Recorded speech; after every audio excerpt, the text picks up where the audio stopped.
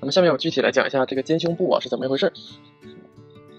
首先呢，先画一个斜的圆形，从二维的角度看呢，它就是一个倾斜的椭圆形。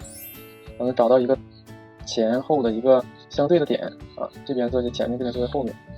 然后从这个椭圆形的左右两侧两条弧线大概构成一个卵圆形有点像蛋的一样的一个形状。那咱们从圆形的前边倾斜向前，大概多长呢？大概比这一段距离稍微长那么一点就够了因为咱们这个呢是在讲结构，注意是在讲结构，所以呢比例方面的问题不强调，只要不是特别过分，看上去是这么个意思就可以你不能画成这个样子，这个样子就不对了，或者说特别瘦，这样子也不对，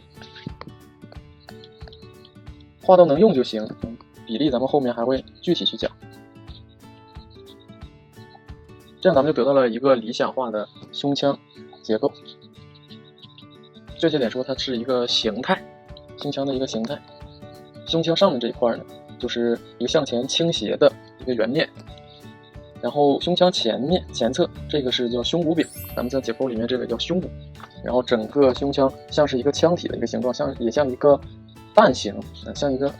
鸡蛋一样的一个形状。如果咱们画的时候拿捏不准呢，你可以先把它画成一个蛋，然后从这个位置上切出来，找到这几个点，这边切，这边切，它也可以它也可以画成一个腔体，一个胸腔。我把这个先擦掉。咱们得到了一个胸腔之后呢，咱们从斜面这个斜着的圆面倾斜向上加出来另一个圆面这个圆面可以比下面那个稍微小一点。然后呢，咱们在上面做一个十字辅助线，分别代表了前后左右4个方位。咱们现在已经得到了一个颈部和胸腔的一个基本的结构。然后咱们在胸骨的上端，也就是这个位置，还有这个位置，因为它左右两边各一个，这个是相对的，分别向左右两侧画2根锁骨。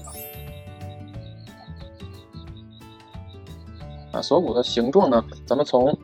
俯视的角度看呢，它大概是这样的一个形状，有一点像一把弓箭，两个连起来看的话，它就像一把弓箭，也像自行车的车把，大概是这样的一个形状，在这个位置有凹进去的造型。整体呢，锁骨它其实是往后走的，它不是水平的